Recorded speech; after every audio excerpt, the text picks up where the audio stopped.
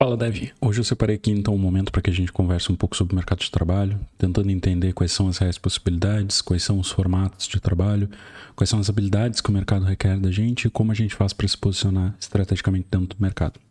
Beleza? Então, vamos lá. O primeiro ponto muito importante aqui é que, se a gente for olhar hoje o panorama geral, a área de TI ela tende a gerar mais 420 mil vagas até 2025, tá? Então, só ao longo do próximo ano, mais 420 mil vagas tendem a aparecer, além de todas aquelas vagas que já existem, que também são um número bem próximo disso. Então, se a gente for lá pesquisar, por exemplo, no LinkedIn, ou no Google, Goop, seja onde for, a gente vai ver que existem uma quantidade de vagas muito grandes no país e que elas dificilmente são atendidas. Porque, embora a gente ouça bastante que o mercado está saturado, acontece que existe bastante gente, mas existe pouquíssima gente qualificada de fato para estar trabalhando com aquilo. Então, a tendência é que aquela pessoa que está mais qualificada, ela sempre vai ter um local no mercado, independente de quando for, tá? Então, aqui, segundo a Associação das Empresas desse setor, né, do setor de tecnologia, existe uma demanda média anual de 159 mil profissionais no país, mas o Brasil só forma 53 mil pessoas na área por ano. Então aqui, logicamente, ele está falando a nível de graduação, né? A gente tem uma taxa de evasão muito grande nos cursos de computação. As turmas tendem a entrar com 30, 40 pessoas e se formarem 10 no máximo. Então, aqui ele está usando essa métrica, né? Que é o que é quantificável. A gente não consegue quantificar curso online, por exemplo. E essa demanda, ela tende a ser exponencial, né? Porque pensem comigo, à medida que a tecnologia vai crescendo, mais vai surgindo a necessidade de todos os setores se adaptarem à tecnologia. Então, se a gente olhar para trás, há 10 anos atrás, por exemplo, o mercado não tinha nada de tecnologia, basicamente. Hoje em dia, basicamente tudo é controlado por tecnologia, desde o estoque, seus fornecedores, controle de fluxo de caixa. Alguns têm auxílio à tomada de decisão, dependendo do tamanho do local, né, para fazer a análise dos dados. Enfim, e à medida que essas demandas vão crescendo dentro de cada um dos setores, o setor de tecnologia ele vai adentrando cada vez mais em todos esses setores. Então, independente de qual for o setor que cresça, a TI sempre vai crescer junto. E aí isso nos traz para um tópico bem interessante, que eu chamei aqui de crescimento no caos, que a proposta é a seguinte: além desses casos que eu comentei do crescimento, a gente também tem o ponto de que, mesmo em momentos de incerteza econômica e crises globais, o setor da tecnologia demonstra uma resiliência notável. O que isso significa? Que, independente dos fatores externos, tá? Então a gente pode estar na situação que for, o país está em crise econômica, tá muito ruim, ou então a gente está em guerra, ou teve uma epidemia, seja o que for, a TI ela sempre vai demonstrar uma resiliência notável, o que significa que ela consegue se adaptar muito rápido a esse tipo de mudança, e ela não só consegue mudar, como ela se torna uma ferramenta potencializadora. Então ali a inovação e a solução digital, elas são cada vez mais utilizadas por empresas, independente do ramo de atividade da empresa, e mais do que isso, na verdade, ela não só é utilizada, como ela acaba às vezes se tornando a única alternativa viável. Que aí a gente tem o maior exemplo prático da história que já aconteceu, né? O mundo já teve outras pandemias, né, ao longo da sua história, mas essa pandemia foi a primeira da história em que já existia tecnologia, principalmente no grau que a gente tem hoje. Então, imaginem como poderia ter sido a pandemia se não existisse a tecnologia. Se as pessoas não tivessem como se comunicar através de meetings, através de reuniões online. Como seria se as pessoas não conseguissem trabalhar online, se não tivesse WhatsApp para as pessoas conversarem, se não tivesse um Word para que as pessoas pudessem trabalhar de casa lá e fazer os seus documentos pelo Word ou suas tabelas no Excel, ou seja lá qual for a ferramenta que se utiliza dentro de cada uma das áreas. Mas imaginem como seria completamente inviável ter esse contexto profissional de mercado se mantendo sem a tecnologia, né? Seria simplesmente impossível. E aí a gente vai para a gama de áreas que existem dentro da área de tecnologia, tá? Existem infinitas áreas, praticamente. Assim como eu citei aqui alguns casos, como o próprio WhatsApp, Meeting, enfim, todos esses casos eles são sistemas, então eles são desenvolvidos por desenvolvedores de sistemas, tá? Mas além do desenvolvedor de sistema, existe todo um ecossistema por trás que dá suporte e que também gerencia esse desenvolvedor. Então aqui eu separei uma lista com algumas áreas de atuação dentro da tecnologia, tá? Então a gente tem o desenvolvedor web, que ele basicamente vai criar sites, e aí com sites entende-se qualquer coisa que é acessível pelo navegador, tá? Então a gente vai conseguir criar ali desde um WhatsApp web, por exemplo, seria um site, tá? Assim como uma página institucional, um e-commerce, seja o que for. A gente tem também o desenvolvimento mobile, que é o desenvolvimento para aplicativos, né? De aplicativos, aliás, para telefone, ou telefone, tablet, televisão também entra aqui. A gente tem uma área que é extremamente crescente, que é a área de IA, e aqui eu estou me referindo, na verdade, ao desenvolvimento de inteligências artificiais, mas não se resume a, tá? Então a gente consegue linkar os outros pontos que a gente tem aqui também com o caso de IA, como, por exemplo, a gente poderia ser um consultor de IA, então eu entendo muito sobre IA e eu presto consultoria para alguma empresa que quer se automatizar usando inteligência artificial, por exemplo. Eu tenho também o ponto de segurança da informação, que é uma área à parte. Análise de dados, desenvolvimento de jogos, arquitetura de software, arquitetura de soluções, arquitetura cloud, DevOps, DBA, consultoria, auditoria, tech lead, gerente de projetos, UI UX design. E aqui eu estou levando em consideração, na verdade, que esse cara aqui, que é um designer, ele trabalha dentro do contexto específico de tecnologia, né? Então ele vai ser ele seria mais um front-end especialista ali em UI e UX, tá? Administrador de redes e diversas outras áreas, tá? Só uma coisa que vale ressaltar aqui, que todas as áreas elas bebem da mesma fonte no final das contas. Então acaba que em algum momento elas se encontram.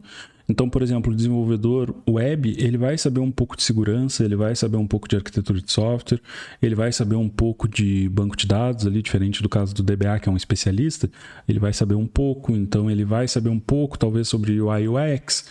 Só que aqui eu estou tratando como pontos de especialização, tá? Então, todas essas áreas são áreas possíveis de especialização, mas todas elas, no final das contas, ficam mais ou menos no mesmo caminho. A gente nunca vai ser capaz de dominar completamente todas elas, tá? Mas a gente sempre vai ter pelo menos uma noção de o que cada uma delas faz, como cada uma delas faz, né? Mesmo que minimamente, e como a gente faz para utilizar essas boas práticas deles, tirando só o suprassumo daquela especialidade e trazendo aquilo para o nosso dia a dia. E aí, partindo para os formatos de trabalho, a gente tem 3 formatos padrões, tá? Que hoje são mais comuns. A gente tem, então, o presencial, começando por ele, que é o tradicional, aquilo que a gente está acostumado, que sempre funcionou dessa forma. E ele tem os seus pontos fortes e fracos, assim como todos os outros, tá?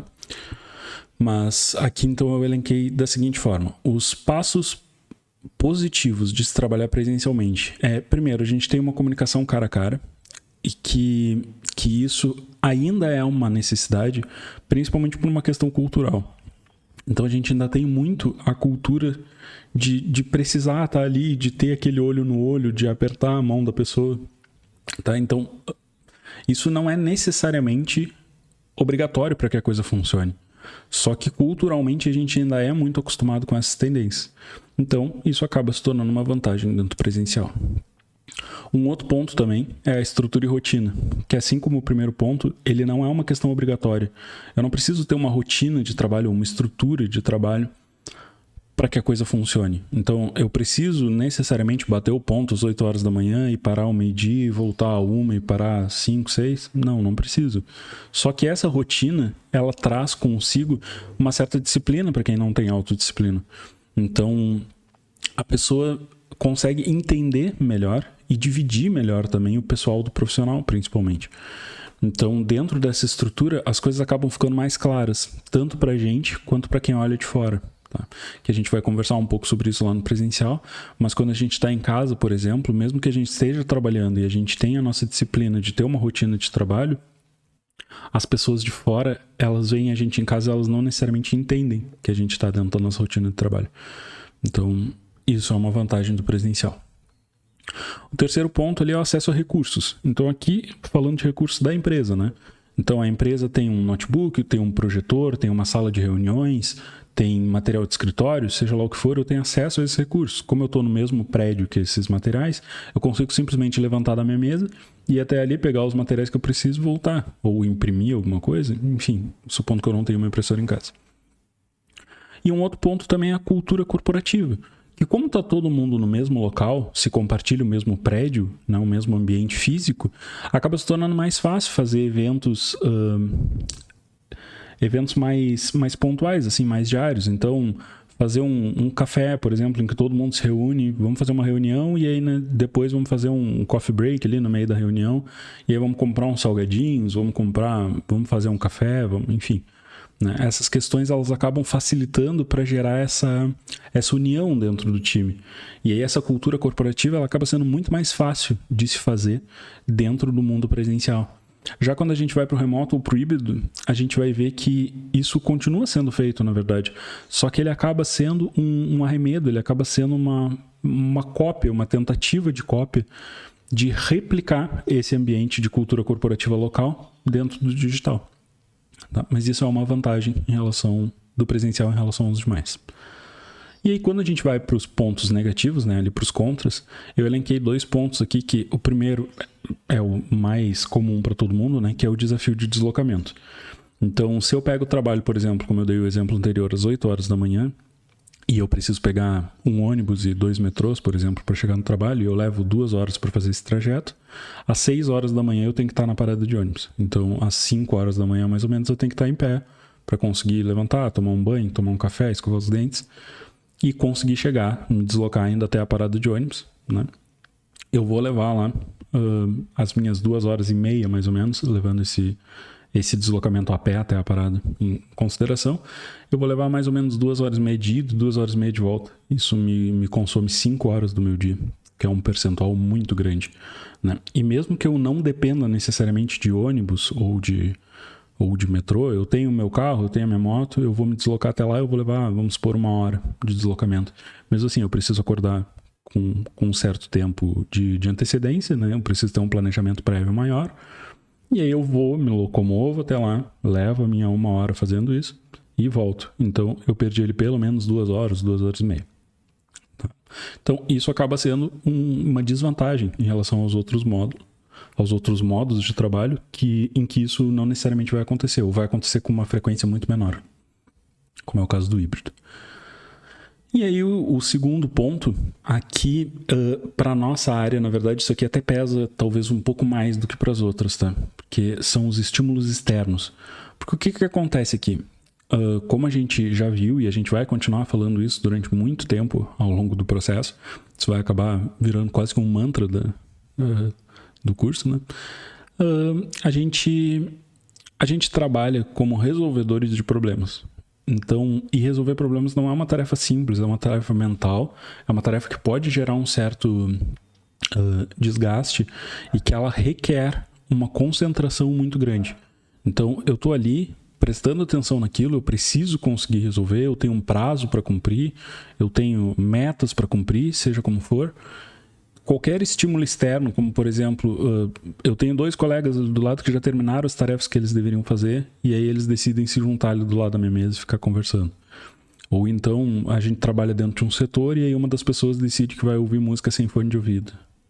Ou então o setor da sala do lado, que nem tem nada a ver com o desenvolvimento, decide que vai fazer uma reunião e aí eles começam a se exaltar e falam muito alto e aí isso acaba atrapalhando o nosso trabalho. Então esses estímulos externos eles existem muito menos nos outros formatos, né? Eles são mais fáceis de remediar, inclusive, do que dentro do ambiente tradicional. Porque se a pessoa que está do lado, por exemplo, falando muito alto é o nosso chefe ou é o presidente da empresa, a gente não consegue levantar e ir lá e dizer: baixa o volume aí um pouquinho, por favor, eu tô tentando trabalhar aqui, tá me atrapalhando, né?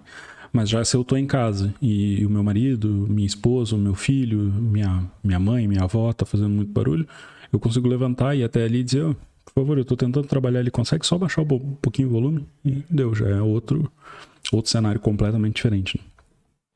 Então aqui o presencial ele tem essas vantagens e desvantagens que elas basicamente se resumem ao formato de forma geral da coisa, tá? Então, como a gente tem um meio muito corporativo, muito empresarial, isso torna mais fácil a gente fazer engajamento, as pessoas se sentirem pertencidas àquilo que estão fazendo, entender o propósito do que estão fazendo, ter uma disciplina, um rigorismo naquilo que elas estão fazendo. Mas em contrapartida, como a coisa ainda é muito engessada, ainda existe uma arquitetura muito linear, né? muito autocrática, muito de cima para baixo, existe um presidente, um diretor, um gerente, um gestor, né? Enfim, existe uma pirâmide gigantesca de comando. Esses estímulos, eles acabam, muitas vezes a gente não tem como remediar, ou não tem como cessar com eles. E a gente também tem muito a questão do desafio de deslocamento, que é uma reclamação muito comum e muito válida, inclusive, dentro desse formato. Depois disso, a gente passa para o remoto, que é o outro lado completo da moeda, basicamente. Tá? Ele ficou muito mais conhecido e muito mais gente teve a chance de experimentar por causa da pandemia. Algumas pessoas forçadas. Mas aqui, desde já, vale ressaltar que o remoto não é necessariamente o que aconteceu na pandemia, porque muitas empresas não têm uma cultura remota, então elas tiveram que se adaptar de última hora, simplesmente para não quebrar. Elas tiveram que se adaptar para esse formato, mas nem queriam estar fazendo. Tá? Então, assim, isso é um problema muito grande que faz com que algumas pessoas, inclusive, demonizem o trabalho remoto, né? Como se ele fosse uma coisa horrível, porque associam ele com um momento ruim e com uma adaptação mal feita para um formato de trabalho forçado. Então, eu separei aqui alguns pontos positivos e negativos, e aí é que eu estou levando em consideração esse contexto geral, tá? Não especificamente o momento da pandemia, mas o contexto geral do trabalho remoto. Então, o primeiro ponto é que ele nos dá flexibilidade de horário e localização. E é aqui eu ressaltei a palavra flexibilidade, porque algumas pessoas vendem isso como sendo uma liberdade, né? E liberdade e flexibilidade são coisas muito diferentes. O fato de ter flexibilidade de horário e de localização não significa que eu posso trabalhar a hora que eu quiser, nem de onde eu quiser. Então, o fato de ter flexibilidade significa que não necessariamente eu vou trabalhar nos mesmos horários e também não necessariamente eu vou trabalhar nos mesmos locais todos os dias. Mas isso não significa que eu posso, por exemplo, eu tenho liberdade de horário, eu vou trabalhar 1 hora por dia. Não, isso não existe. Ou eu tenho liberdade de localização, eu vou trabalhar um dia de cada lugar do mundo. Aí se tu conseguir te adaptar às questões de jet lag para te ter uma reunião um dia às 4 da manhã, no outro dia às 2 da tarde, no outro dia às 8 da manhã, aí não tem problema. Tá? E tiver dinheiro também para isso, né? Mas então ali, esse ponto é importante a gente ter em vista que isso é uma flexibilidade e não uma liberdade, como as pessoas vendem, né? Então, isso é um ponto bem relevante, tá, para alinhamento de expectativas. Depois, um possível aumento de produtividade. Então, existem vários estudos que apontam exatamente para esse lado, de que à medida que a gente tem mais liberdade, mais flexibilidade, em que a gente consegue flexibilizar ali os nossos horários. Então, hoje eu preciso resolver aqui um problema pessoal, preciso ir no cartório, aquelas coisas que ninguém gosta de fazer. Eu preciso sair para enfrentar uma fila, eu preciso resolver alguma coisa no banco que tem que ser feito presencialmente. Enfim, eu não preciso necessariamente fazer todo aquele processo formal que eu precisaria fazer dentro do formato presencial. Então eu não tenho que ir conversar com o meu gerente, aí do gerente eu vou para RH e eu vou para vários outros lugares porque as pessoas vão, porque vai chamar muita atenção, porque senão os colegas não vão querer fazer a mesma coisa, aquelas desculpas padrões que a gente ouve dentro do padrão do trabalho presencial. Como isso não existe, a gente acaba tendo uma flexibilidade maior nesse sentido também. Então, hoje eu preciso sair um pouquinho mais cedo. Eu vou ali, converso com o meu chefe e aí flexibilizo ali o meu horário. Então, ao invés de fazer das 8 às 5, eu vou fazer ali vou começar mais cedo, fazer das 6 às 3, que aí às 3 eu saio e já consigo, já é tempo suficiente para resolver os meus problemas, tá? E um terceiro ponto ali bem importante é a questão de economia de recursos. E aí aqui com economia de recursos eu estou falando de vários tipos de recursos, tá? Então eu economizo recurso dinheiro, porque eu não preciso gastar com gasolina, por exemplo, ou se eu vou de ônibus ou de metrô, enfim, eu consigo economizar no meu desconto de vale transporte, porque eu não preciso mais de vale transporte, então eu não tenho mais aquele desconto percentual em cima do salário. Eu consigo também ter uma economia de recursos no sentido de tempo, né? Então, eu passo a ganhar 2 horas do meu dia, eu reconquisto essas 2 horas do meu dia, ou mais, dependendo do tempo de locomoção que se levaria, né? E, enfim, né? Eu consigo diversos recursos e que isso é um dos motivos, inclusive, que junto com essa questão da flexibilização, elas podem aumentar a minha produtividade, porque eu não estou cansado, eu não tive que me locomover até lá. Eu sei que quando eu soltar, eu vou levantar, eu vou ali, vou tomar um banho, vou sair, por exemplo, ou vou fazer um jantar com a minha família, ou seja o que for. Então, essa economia de recursos, na verdade, ela não se limita especificamente à economia de tempo e à economia de dinheiro, tá? Mas ela também auxilia bastante na economia de recursos mentais, de modo geral, tá? De sanidade mental. E aí a gente tem 2 problemas muito comuns dentro do remoto, tá? Que não é mil maravilhas. A gente tem esses 2 problemas mais comuns, assim como no caso do presencial existem outros, mas eu elenquei esses 2, que é os desafios de comunicação, porque não existe uma cultura muito bem definida ainda do trabalho remoto. As pessoas não sabem, de modo geral, trabalhar de forma remota. E isso gera um desafio de comunicação. Porque a gente está acostumado com o formato tradicional, em que a gente senta ali um do lado do outro e aí qualquer coisa a gente chama uma reunião.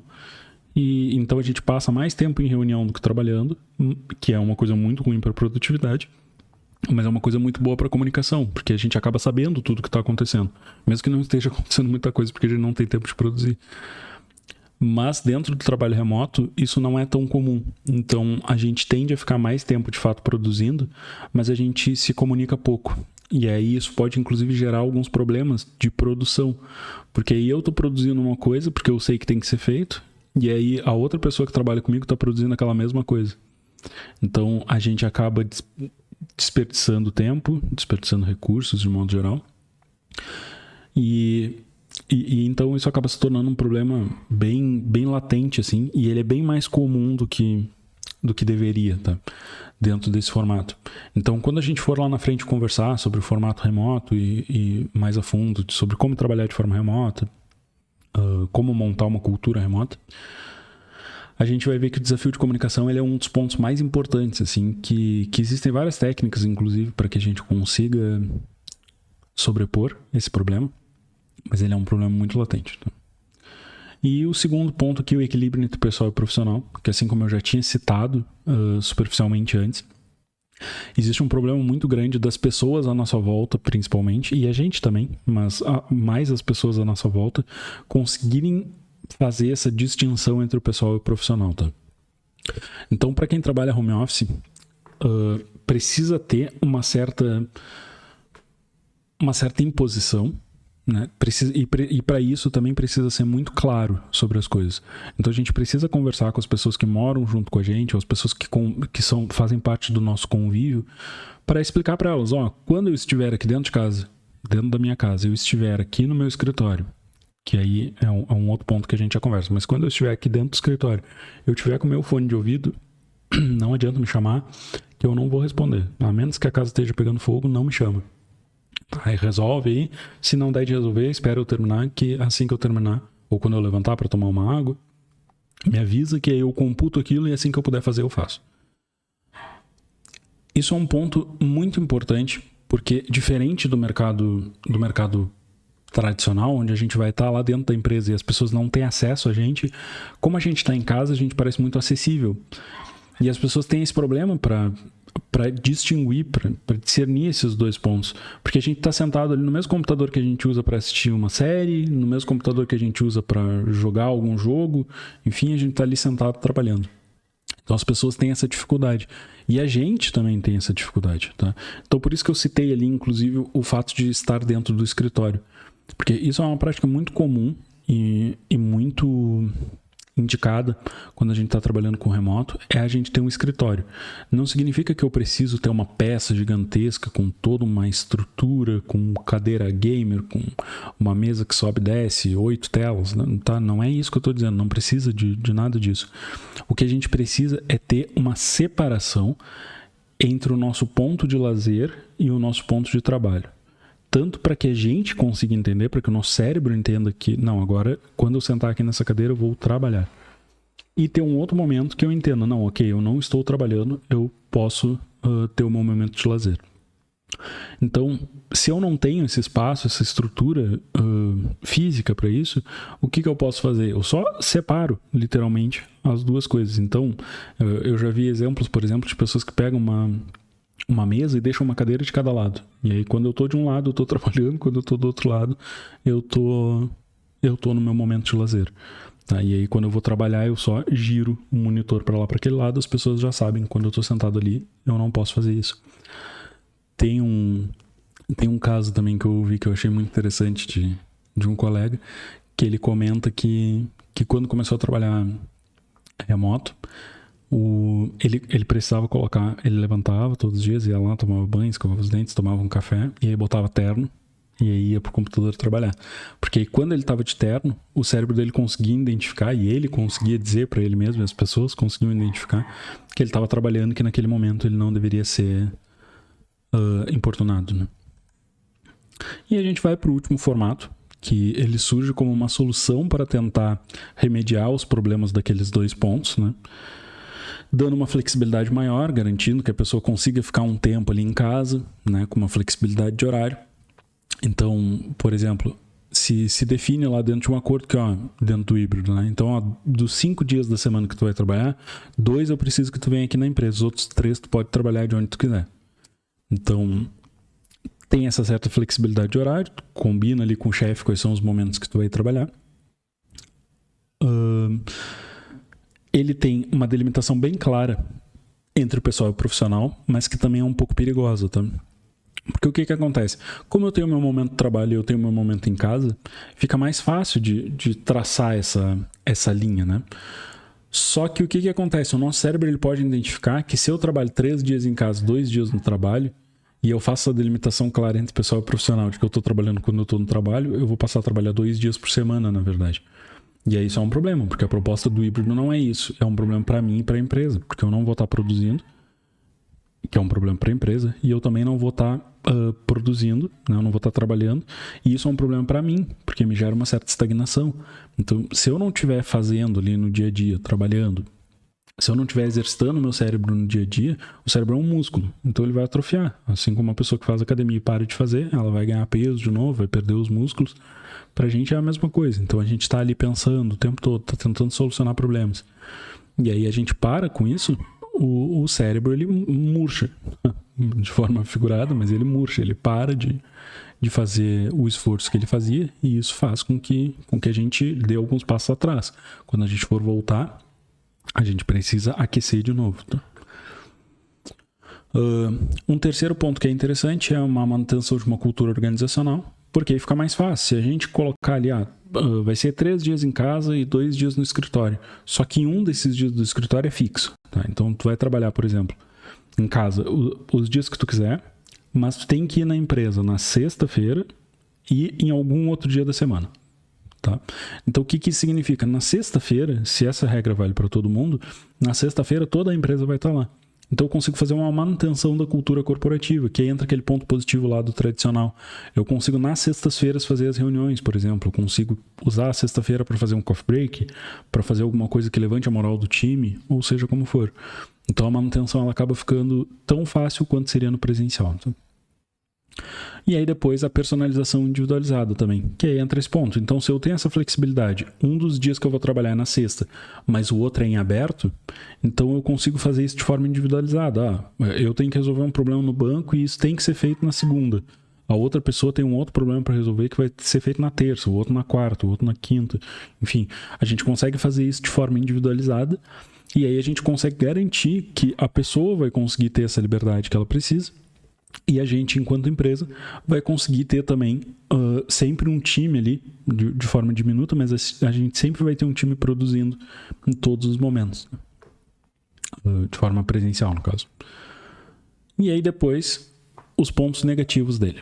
Como a gente tem algumas pessoas que vão trabalhar presencial e outras vão trabalhar de forma remota, as pessoas que gostam mais de trabalhar de forma presencial, elas tendem a ir mais vezes. Então, o que isso significa? Eu tenho aqui, dos 5 dias da semana, 2 dias tu vai trabalhar aqui e os outros 3 tu vai trabalhar em casa. E aí a pessoa vai perguntar, tá, e se esses 3 de casa eu quiser trabalhar aqui, eu posso? Pode. Então a pessoa vai ir lá trabalhar os 5 dias. Se ela for ir trabalhar os 5 dias lá, ela vai ter todas as vantagens do tradicional, todas as desvantagens do tradicional também, e não tem as do remoto. Só que aí a coisa começa a ficar um pouco mais complexa, porque isso gera problema de gestão. Por quê? Porque a gente tem, por exemplo, lá no remoto, a questão de problema de comunicação. E aí, se eu tenho problema de comunicação no remoto e eu não tenho no tradicional, porque eu tenho a chance da comunicação cara a cara, com quem que a gestão vai, para quem que a gestão vai se reportar quando precisar de alguma coisa? Ela vai se reportar para a pessoa que está lá no cara a cara ou para a pessoa que está em casa trabalhando de forma remota? Então, dependendo da cultura da empresa, isso pode gerar um problema muito grande de gestão, inclusive porque não significa que a pessoa que não está lá de forma física, material, não é porque a pessoa não está lá que ela é mais competente ou menos competente. Então, a pessoa que está recebendo ali a informação pelo simples fato de estar lá de corpo presente, não significa que ela é a pessoa mais apta para receber aquela informação. Então, isso pode gerar diversos desafios de gestão. Tá? E um outro ponto também é que a pessoa também tem desafio de deslocamento aqui dentro do híbrido. Então, mesmo que seja menor do que no caso presencial, porque ela vem menos vezes de modo geral, ela continua tendo esses desafios, porque em alguns dias da semana ela vai precisar se deslocar. E esses dias da semana tendem a cobrar muito caro para a empresa, porque ela vai precisar se deslocar e é impossível que ela não faça a comparação dos dias que ela tem que ir até a empresa dos dias que ela não tem. E aí os dias que ela tem que ir, ela já vai um pouco mais contrariada. Então a chance de produzir é muito menor do que ela produziria em casa. E aí aqui eu separei alguns tópicos de habilidades principais, de top skills, que a gente precisa então para entrar dentro do universo de programação, de fato se destacar de alguma forma. Então a primeira grande divisão que existe aqui é entre hard skill e soft skill, que são as habilidades brutas ou duras e as habilidades macias ou suaves. Então, quando a gente fala de hard skill, a gente está se referindo a habilidades técnicas de modo geral. Tá? A gente está pensando aqui no ponto operacional. Então, é alguma linguagem de programação, algum framework específico, saber algum banco de dados, alguma forma de trabalhar com banco de dados. Todas essas questões técnicas, que existe uma ferramenta por trás, ou que eu vou desenvolver utilizando isso, é uma hard skill. E soft skills são as habilidades que se referem a habilidades pessoais. Então, comunicação, criatividade, raciocínio lógico, pontualidade, responsabilidade com prazos, tá? Todas essas questões que são indiferentes à tecnologia, elas entram aqui dentro de soft skills. Mas elas são indiferentes, mas extremamente complementares, tá? A gente vai ver mais pra frente, mas soft skills são extremamente importantes e muita gente, inclusive, negligencia, tá? Algumas pessoas acham que ter só hard skills, eu domino muito uma linguagem, eu domino muito um framework, eu domino muito banco de dados, então eu vou ser o melhor profissional de todos. Se tu não tem uma boa comunicação, se tu não tem um bom raciocínio lógico, olha, meu amigo, muito obrigado, vai ser freelancer, vai trabalhar sozinho porque não tem condições de trabalhar em time contigo. Tá? Então, a gente precisa sempre manter esse equilíbrio entre os dois lados. Um outro ponto aqui também importante é a questão da adaptabilidade, que a gente, enquanto desenvolvedor, a gente precisa ter uma adaptabilidade e uma aprendizagem contínua, que vão ser sempre chaves para a gente consiga ter um sucesso dentro do mundo moderno. Por quê? Porque o mundo moderno, quando a gente fala de modernização, de inovação, as coisas mudam muito rápido, as coisas crescem muito rápido, as coisas evoluem muito rápido, as coisas morrem muito rápido também. Então, coisas que antes eram extremamente importantes, quanta gente, as pessoas da minha geração, por exemplo, viram o Orkut, por exemplo, ser uma coisa absurdamente grande, e aí daqui a pouco, da noite pro dia, ele morreu. Simples assim. Snapchat, para quem é um pouco mais novo também, pensando exclusivamente em tecnologia, era uma coisa, nossa, todo mundo usava, era o máximo, e aí daqui a pouco morreu. Então, e outras coisas surgiram da mesma forma, né? Ninguém, na época do Orkut, ninguém nunca tinha ouvido falar do Facebook. Daqui a pouco surgiu, substituiu o Orkut, ponto. E isso é a mesma coisa para as outras questões de tecnologia, tá? Então a gente precisa sempre ter essa adaptabilidade. Nesse caso eu estou falando, logicamente, a um nível superficial, né? Eu estou falando sobre redes sociais ali que a gente usa a nível de usuário, mas agora imaginem que alguém teve que desenvolver essas coisas por trás. Então, por que o Orkut morreu e o Facebook apareceu e substituiu ele? Por falta de adaptabilidade. Então, as coisas que as pessoas queriam eram diferentes e ele não soube se adaptar. Então, se ele tivesse visto lá, por exemplo, vou fazer uma análise aqui, esse tal de Facebook surgiu, vamos ver o que ele faz. E aí fosse lá, visse o que ele faz, se adaptasse, não, tá, entendi, as pessoas gostam mais quando a coisa funciona desse jeito, então eu vou adaptar para conseguir atender essa demanda. Isso talvez poderia fazer com que a gente estivesse mexendo no Orkut até hoje. Eu não sei o quão bom isso seria, mas é uma possibilidade, né? Então aqui eu separei alguns pontos. O primeiro é que a tecnologia evolui de forma acelerada. Ok, já conversamos. O segundo é que o mercado é volátil. O que isso significa? Uma coisa que é extremamente importante hoje, amanhã pode ser completamente insignificante. Então a gente tem que estar preparado para essa volatilidade, para essa fluidez. O terceiro ponto é que a gente tem que ter uma aprendizagem organizacional. Então a gente tem que entender sobre a organização. Então, eu sei muito sobre código. Eu vou lá e vou trabalhar para um hospital, por exemplo, tá? Se eu não entendo nada sobre a regra de negócio, se eu não entendo como é o processo como é o processo interno do hospital, como é que funciona para fazer uma internação, como é que funciona os processos propriamente ditos, não estou falando sobre entender de medicina, tá? Mas como funciona o processo, como é que a pessoa entra, como é que a pessoa sai, como é que o meu sistema vai interagir com o mundo real, eu também não consigo, tá? Então a gente tem que ter essa aprendizagem organizacional, onde a gente entra dentro da empresa, a gente entende o que a empresa faz e a gente transcreve isso para o computador. Depois, um quarto ponto é que a gente precisa ter um desenvolvimento pessoal e profissional. Aqui entra o ponto de equilíbrio que eu estava comentando, em que não adianta eu ser um ótimo profissional, eu entendo tudo sobre alguma tecnologia ou sobre várias tecnologias, mas eu não tenho nada de desenvolvimento pessoal, né? Eu sou o hacker lá dos filmes. Então, isso não adianta. E o contrário também não. Uma pessoa muito simpática que não consegue produzir nada também não tem utilidade para a empresa.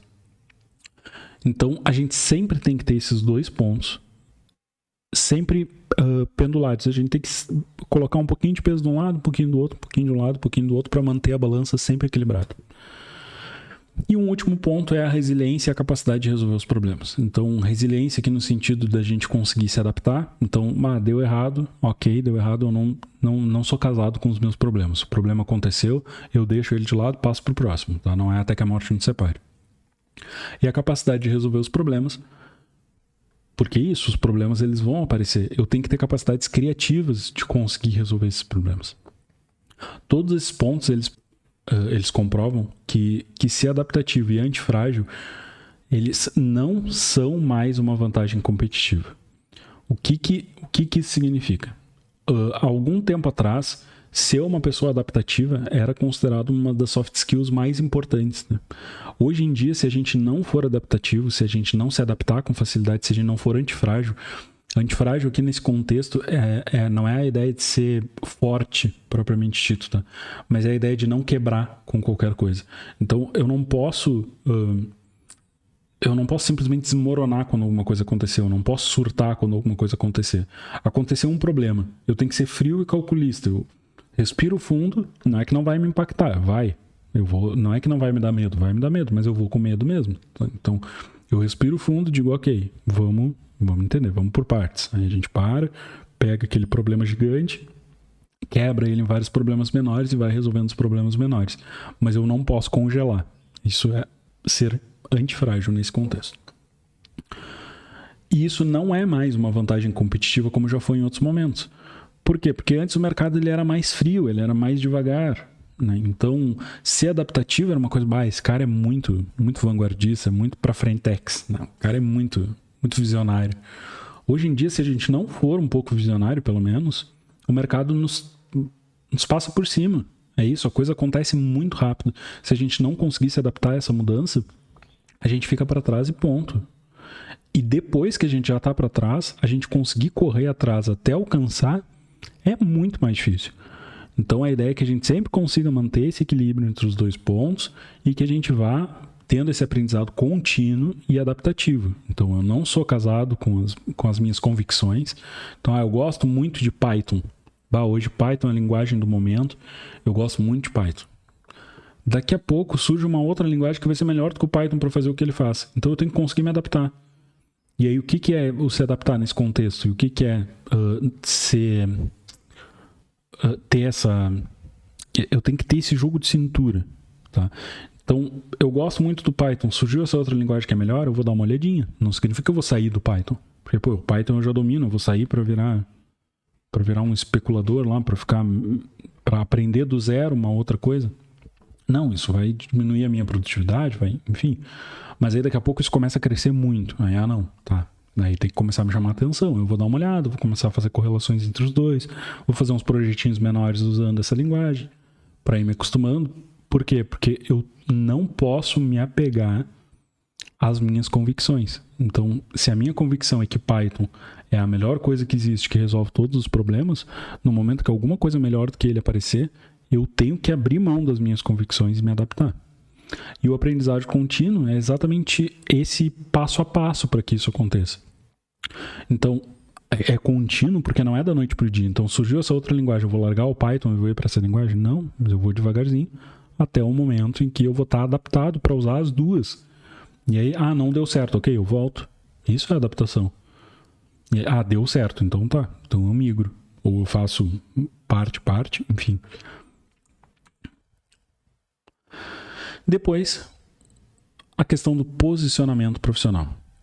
Aqui eu separei 5 tópicos em relação ao posicionamento profissional, que seria a posição do desenvolvedor em relação ao mercado. Tá? Não tem uma fórmula mágica para se destacar no mercado, mas eu separei 5 tópicos para que a gente consiga conversar sobre cada um deles e explicar por que cada um deles é importante. O primeiro ponto de posicionamento profissional que eu acho muito importante é ter um portfólio sólido. O que isso significa? Para as pessoas que não são desenvolvedores, né, um portfólio, ele não necessariamente é muito importante. Existem outras áreas em que o portfólio também é muito importante, tá? Mais do que o currículo. Como é o caso do design, por exemplo. Quando a gente vai contratar um fotógrafo também, quando a gente vai contratar alguém que a gente consegue ver o trabalho da pessoa, que ele é um trabalho palpável, e eu quero conseguir aferir se aquela pessoa é boa o suficiente para eu contratar ela, eu quero ver ali as coisas que ela já produziu. A mesma coisa vale para o desenvolvedor, tá? Então, ele tem o propósito de mostrar do que a gente é capaz de fazer de uma forma clara, interativa, ou seja, não é só fotinho. O cara tem que conseguir entrar no sistema e mexer, testar, fuçar o sistema e tentar quebrar o sistema para ver se ele realmente funciona como se espera. E tem que ser incontestável, ou seja, a pessoa entrou ali e viu que funciona. Tá? Não é porque ele não tem que acreditar na minha palavra. Ele vai entrar ali, vai testar, vai interagir e é incontestável. Ele viu o que eu sei fazer. E ele vale tanto quanto ou até mais que o currículo e ou uma formação acadêmica. Dentro da nossa área, que a gente não precisa obrigatoriamente uma formação acadêmica para conseguir trabalhar como desenvolvedor, ter um bom currículo, ele é mais importante, ele pode ser, dependendo da empresa, mais importante que uma formação acadêmica, porque ali eu estou comprovando que eu sei. Um diploma de faculdade não comprova que eu sei, comprova que eu passei na faculdade, que são coisas muito distantes. Então, ele pode ser complementar, um ou outro, logicamente. Eu posso ter uma formação acadêmica e também ter um portfólio, mas ter um portfólio é tão importante quanto, ou até mais, do que uma formação acadêmica. Depois, também muito importante, entra aqui nos pontos das habilidades pessoais, eu preciso ter um network. O que é um network? É eu ter pessoas, contatos, que me abram portas para possibilidades. Pode ser parceria, pode ser indicação, pode ser para troca de aprendizado. Então, a proposta, por exemplo, de criar um grupo para que a gente consiga conversar entre nós é formar um network. Então, eu tenho pessoas ali que eu consigo trocar aprendizado, porque elas estão aprendendo junto comigo. Eu tenho contato lá com o professor, então eu também consigo trocar experiência com ele. Ele pode me dar alguma indicação. Outras pessoas que estão aqui trabalhando, estudando, que já trabalham em algum lugar, que abriu uma vaga, podem fazer uma indicação, né? E assim sucessivamente. E isso serve principalmente para que a gente consiga se manter conectado ao mercado de modo geral. Tá? Então, quando a gente está codando e a gente está estudando e tudo mais, a gente fica muito imerso ali dentro daquele processo e aí as nossas preocupações são, como é que eu vou estruturar o meu código, como é que eu vou escalar, como é que eu vou fazer ele ficar performático, como é que eu organizo meu banco de dados, como é que eu documento, como é que eu testo, enfim, são sempre questões técnicas. O network ele serve exatamente para também nos manter conectado ao mercado de modo geral, para eu entender o que está acontecendo no mercado, né? O que as pessoas estão precisando, o que está sendo buscado, porque daqui a pouco que eu estou estudando não faz mais sentido, por causa daquilo que eu comentei, o mercado ele é adaptativo. Então, será que eu estou adaptado? O mercado é um bom lugar para eu para eu tirar essa dúvida. Para que a gente garanta que tem um network constante, é importante manter sempre o LinkedIn atualizado, tentar ao máximo participar de eventos. E aí aqui participar de eventos vale para os dois lados, tá? Então participar como espectador ou como palestrante. E também tentar engajar em grupos e fóruns online, tá? Isso aqui também é muito relevante, tá? Então sempre que tiverem a chance, entrem em todos os grupos que derem de tecnologia, nem que seja para sentir. Entra no grupo, vai lá, vê o que o pessoal está falando, vê se faz sentido, vê quais são os que agregam. Tem grupos que o pessoal compartilha muita coisa interessante, tá? Então, o WhatsApp, Telegram, principalmente, tudo que aparecer de grupo para vocês, entrem que vale muito a pena. A gente acaba aprendendo bastante, conhecendo ferramentas novas, enfim. Um outro ponto também muito importante que a gente tem que ter em mente é a genuinidade. O que isso significa?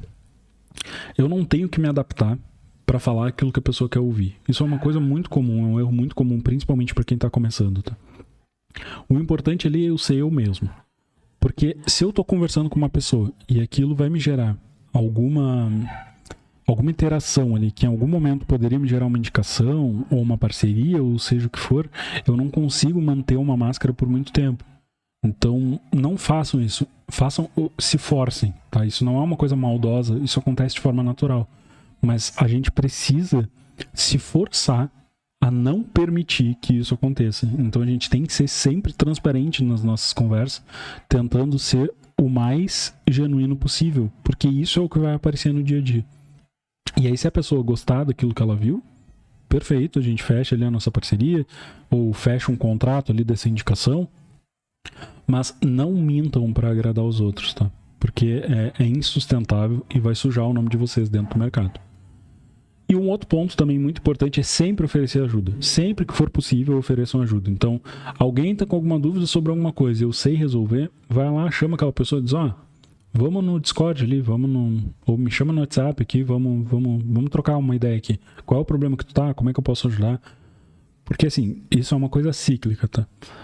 Não existe ninguém que tenha chegado numa posição de liderança hoje, que seja um tech lead, um líder de projeto, seja o que for, que não tenha recebido muita ajuda no meio do caminho. Então, se a gente recebeu muita ajuda, não tem por que a gente não retribuir essa ajuda. E isso gera um ciclo vicioso muito bom. Porque essas pessoas vão ser ajudadas e elas vão ajudar, e isso vai trazer gerações de profissionais cada vez melhores e mais refinados. A gente não é um dragão de conhecimento, a gente não junta todas as nossas moedas ali de conhecimento, dorme em cima de uma pilha de tesouro. A gente aprende as coisas para a gente passar elas adiante, para a gente trocar esses conhecimentos. Um outro ponto aqui é comunidade e evento. Tá? Então, networking são os contatos que eu tenho que conseguem me aproximar do mercado de trabalho de alguma forma. E as comunidades e os eventos, eles são importantes para que eu consiga me manter atualizado sobre as tendências de tecnologia. Ali eu já tinha comentado, na verdade, sobre os grupos, que eles também entram aqui dentro da área de comunidades, tá? Mas uma forma aqui é que a gente participe dos grupos de Slack, Discord, Git, Stack Overflow, WhatsApp, Telegram, por exemplo. Também tem outras formas de se manter atualizado e ainda se testar, que é participar de competições. E aqui as competições de tecnologia são chamadas de hackathons, que são basicamente eventos em que pessoas de habilidades diversas, então vão ter designers, vão ter gerentes de projeto, vão ter desenvolvedores, vão ter pessoas de negócio, elas se juntam todas no mesmo local, físico ou digital, mas elas se juntam nesse local e elas recebem um desafio, um problema. E aí esse desafio nós precisamos ter um sistema, por exemplo, um sistema que resolva tal coisa, problema sobre a Covid, por exemplo. E aí as pessoas vão ser separadas em grupos e cada grupo vai ter que gerar uma solução diferente para aquele problema que foi proposto. E aí geralmente tem premiações, né? Enfim, algumas empresas tendem a patrocinar ou pegam o projeto que foi ganhador e financiam aquele projeto, tá? Então é bem interessante até para conseguir se testar, né? Pode acontecer aí, ficar em último lugar e mesmo assim valeu a experiência, tá? Então vale bastante para se testar e também se manter atualizado. Depois aqui, um outro ponto que tira o sono de muita gente são as entrevistas. Elas são sempre tratadas como um bicho de 7 cabeças, mas na verdade ela não necessariamente é, tá? O que a gente precisa fazer então para que ela não seja? Então, primeiro, pesquisar sobre a empresa e a vaga. Eu tenho que saber onde eu estou entrando e o que eles esperam de mim. Eu tenho que fazer assim como a gente está fazendo agora nesse momento. Eu preciso ter esse alinhamento de expectativas. Eu preciso saber para onde eu estou indo e o que eles esperam que eu seja capaz de fazer. O segundo é se preparar para perguntas técnicas. Então, se eu sei o que eles vão querer que eu faça, eu me preparo para aquelas perguntas que eles provavelmente vão fazer. Então, eles provavelmente vão me perguntar ali alguma coisa sobre eu estou me candidatando ali a alguma vaga que diz lá que é de React, vamos supor. Eles vão me perguntar como é que o React trata tal coisa. Se tu tivesse um problema para resolver assim assado, o que tu usaria do React para resolver esse problema? Então eu tenho que estar preparado para essas dúvidas técnicas. Terceiro ponto é demonstrar habilidades interpessoais, como comunicação e a capacidade de resolver problemas. Porque o que acontece aqui, na verdade, é que a entrevista ela serve também para que o entrevistador consiga ver se aquilo que tu falou no currículo de fato é verdade. Então, diz lá, eu sou muito comunicativo, eu sou muito extrovertido, eu sou divertido, eu amo tecnologia, coisas do gênero, aqueles textos padrões, assim, muito bonitos de currículo. E aí ele vai lá e vai conversar contigo, vai te perguntar, e aí, como é que começou essa tua relação com a tecnologia? E aí, no momento que tu for conversar ali com ele, ele já vai ver se é verdade ou não que tu realmente ama trabalhar com tecnologia. Assim como todos os outros pontos, tá? Então aqui a gente tem que sempre conseguir demonstrar ao máximo possível essas habilidades. Como? Sendo genuíno, como eu disse antes ali. Então, se eu não mentir no meu currículo, eu sou uma pessoa, por exemplo, tímida, eu fui lá e disse que sou extrovertido, aqui é a hora da verdade, tá? Então, não existe verdade que se sustente nesse momento. Depois, o outro ponto é entregar o máximo nos desafios técnicos. Aqui, quando a gente está falando de vagas de tecnologia, é muito comum existir um desafio técnico, tá? Então, além da entrevista que a gente vai fazer, que geralmente, inclusive, é depois do desafio técnico, a gente vai ter um desafio, que a gente vai lá, se candidatou à vaga, eles vão dizer, beleza, tá aqui um desafio para te resolver. Aí vai ser um problema. A empresa tal, vão criar lá uma empresa fictícia, a empresa XYZ precisa criar um e-commerce, por exemplo, para colocar os seus produtos na internet. E aí os seus problemas são, e aí vai listar uma lista cheia de problemas, e aí vai mandar tu solucionar os problemas seguindo alguns padrões, tá? Vai te dar um algoritmo ali, um passo a passo, para que tu siga aqueles padrões ali e codifique essa solução.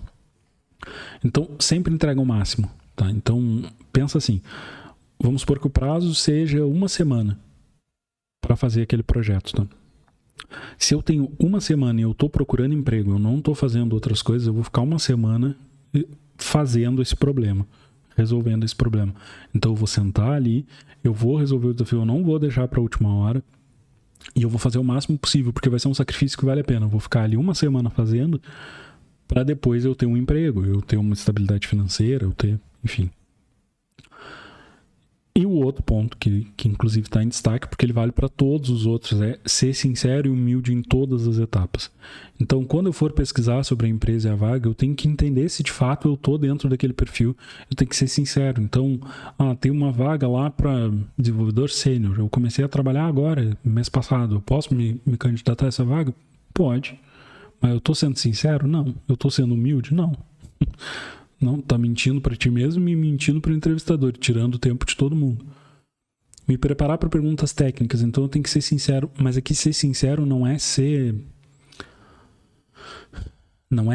martirizar, tá? Não é ser um autocrítico. Aqui, na verdade, a ideia é que eu tô preparado para as perguntas técnicas e tem que ser sincero, e sincero mesmo, tá? Não é ficar de falsa modéstia. Então, eu sou uma pessoa muito boa naquilo que eu faço, eu sei que eu sei fazer, e aí eu vou lá e digo, não, mas eu não tô preparado ainda. Tá, mas tu não tá preparado ainda mesmo, ou tu não quer fazer porque tu tá com medo de ser rejeitado? É isso, porque não faz sentido ter medo de ser rejeitado. Se não der certo, eu posso fazer uma entrevista por dia, até mais. Qual é o problema? E se nenhuma empresa me aceitar, eu abro minha empresa. Ou eu trabalho como freelancer, enfim. Então, se preparar e ser sincero. Depois eu passo ali para a parte de demonstrar habilidades interpessoais. Aí, eu não tenho certeza se eu consigo. né? Tá, mas eu vou com medo mesmo assim. Então, vai, tenta se comunicar da melhor forma possível e não mente. Porque aí se mentir, já era, tá? Porque, e não é já era porque o entrevistador vai perceber e a gente vai ser preso, vai morrer. Não é isso, tá? Já era porque a gente para de se respeitar no momento que a gente faz isso. Então eu tô no meio da entrevista, eu menti, no meu cérebro já tá, por que eu fiz isso? O cara vai descobrir, eu vou ser desmascarado. Então não faz porque piora muito a coisa. Então, chegou lá na parte, por exemplo, das perguntas técnicas. E aí alguém pergunta, como é que tu faz para resolver tal problema usando tal e tal coisa? Não sei. Nunca tive que resolver esse problema com essas tecnologias, não sei fazer. Tá? E não tem problema. Inclusive, isso pode ser um ponto positivo dentro da entrevista. Tá? Eu já tive dos dois lados da mesa, eu já fui entrevistado várias vezes, já entrevistei várias vezes. E assim, uma das piores coisas possíveis quando eu estou entrevistando alguém, para mim, é quando eu sento com a pessoa e a pessoa me diz que sabe de tudo. E eu tô vendo na cara dela que ela não sabe. Porque é muito fácil de perceber quando a pessoa tá mentindo. Então, vai lá e pergunta, como é que tu resolve tal e tal problema? E aí a pessoa vai lá e te fala uma coisa e tu pensa, não dá de resolver desse jeito que a pessoa tá dizendo. Aí tu diz, tá, ok. E aí já teve situações, inclusive, que teve um rapaz que tava mentindo tanto que eu perguntei pra ele como resolver um problema que não tinha solução conhecida até então. E ele me deu uma solução numa entrevista para estagiário. Tá? Então assim, não façam isso, tá? Não sejam essa pessoa. Depois ali o último ponto é entregar o máximo em desafios técnicos, também sendo sincero e humilde, tá?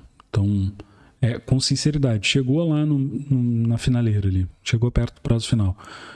Isso aqui é o melhor que eu consigo entregar? Sendo sincero, isso aqui é o melhor que eu consigo entregar? Então deu. Eu vou ficar até o último minuto aqui ajustando essa linhazinha do botão? Não, deu, é isso aí. Tá feito, é uma melhor, eu tô sendo sincero. Isso aqui é o que eu sou capaz de entregar no dia a dia para a empresa se a empresa me contratar. Então é isso aqui que eu vou entregar no teste. Depois um outro ponto muito importante também é a questão do currículo. Que antes e durante a entrevista a gente precisa ter um bom currículo. E o que é ter um bom currículo?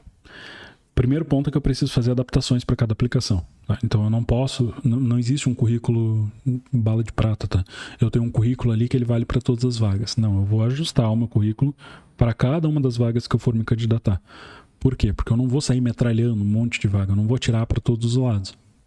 Eu vou decidir de uma forma estratégica onde eu quero me posicionar e vou criar um currículo específico para cada uma dessas vagas que eu quero entrar.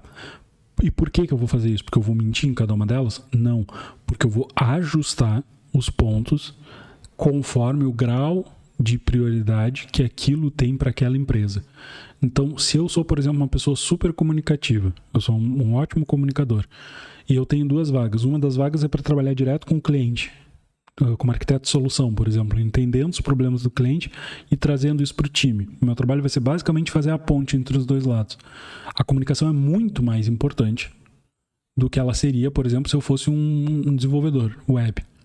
Então, isso significa que a habilidade não vai existir nos dois? Vai existir nos dois. Mas ali no grau de prioridade, na lista, a comunicação ela vai estar em primeiro para o arquiteto de solução. Para o desenvolvedor, por exemplo, raciocínio lógico, capacidade de resolver problemas é mais importante que a comunicação, embora a comunicação também seja importante, tá? Então a gente vai adaptar esses pontos para que a gente consiga destacar as nossas habilidades mais relevantes para aquela posição específica. Então pode ser também que a gente vai ver ali, por exemplo, eu tive 20 experiências profissionais ao longo da minha vida, até chegar aqui. Eu preciso colocar as 20 ali? Não, eu vou colocar aquelas que fazem sentido para a vaga. Então, nesse exemplo, tem uma que eu trabalhei lá como outra coisa, que não tem nada a ver com desenvolvimento. Mas aquilo ali me traz muita bagagem para trabalhar dentro desse contexto. Por exemplo, vamos supor, eu sou formado em técnico em enfermagem. Tá? E agora eu vou fazer um sistema que trabalha com saúde. Em qualquer situação, eu não vou colocar técnico em enfermagem no meu currículo. Por quê? Porque ele não faz sentido. Então, né? Eu vou trabalhar, por exemplo, como desenvolvedor web. Eu preciso colocar ali que eu sou técnico de enfermagem? Não necessariamente, eu poderia, mas não necessariamente. Só que nesse caso em específico, eu vou trabalhar com o sistema da saúde. Saber que eu sou alguém que entende como o processo funciona por dentro é muito relevante. Então, nesse caso, eu vou adaptar para que caiba ali, tá? E, além disso, o currículo ele precisa ser sempre claro e conciso, que é isso que eu estou dizendo. Eu não preciso ter todas as informações, eu preciso ter as informações de forma clara e elas precisam ser concisas. Eu tenho que ter ali o que é importante estar ali. Se eu entregar um currículo de 10 páginas pro pessoal da RH de desenvolvimento, eles não vão nem ler. Porque pro cara conseguir ter 10 páginas ali, ele fez 300 cursos na Udemy e botou os 300 ali. Ele fez 20 cursos na Domestic e botou ali. Ele fez 80 cursos na Hotmart e botou ali. Enfim, ele foi fazendo todas as plataformas e tudo que foi dando certificado ele foi colocando ali. Então, não façam isso, tá? Então, a proposta aqui é que contenha só aquelas informações relevantes e da forma mais direta e visualmente atrativa possível. E aí, para finalizar, isso nos traz para um último ponto, que é as tendências futuras. Então, sabendo que o mercado hoje é assim, que as coisas hoje funcionam assim, o que a gente pode esperar daqui para frente, né? Então, dentre todos os pontos que a gente poderia elencar aqui, sem dúvida nenhuma, atualmente o que é mais palpável, o que é mais fácil de perceber como uma tendência é uma evolução exponencial das IAs. Hoje a gente tem, então, IAs que resolvem todos os tipos de problema, basicamente. Claro que elas ainda são muito imaturas nesse sentido, elas ainda erram bastante, elas dão muitas informações falsas como sendo verdadeiras, mas a gente já tem muita coisa caminhando para esse caminho, tá? E isso cresceu muito rápido e de forma muito exponencial. Então a tendência é que isso continue acontecendo com o passar do tempo, em que a tendência é que elas sejam cada vez mais treinadas, que elas tenham cada vez mais dados e com essa quantidade maior de dados, as aplicações consigam ficar cada vez mais poderosas, tá?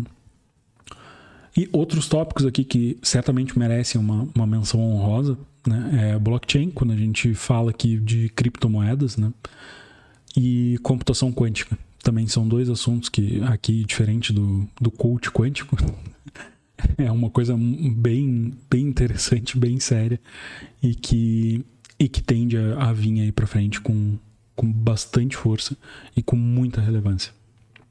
E aí fica uma pergunta, sabendo de todas as coisas que a gente viu hoje, o que vocês acham? Tá pronto pro futuro?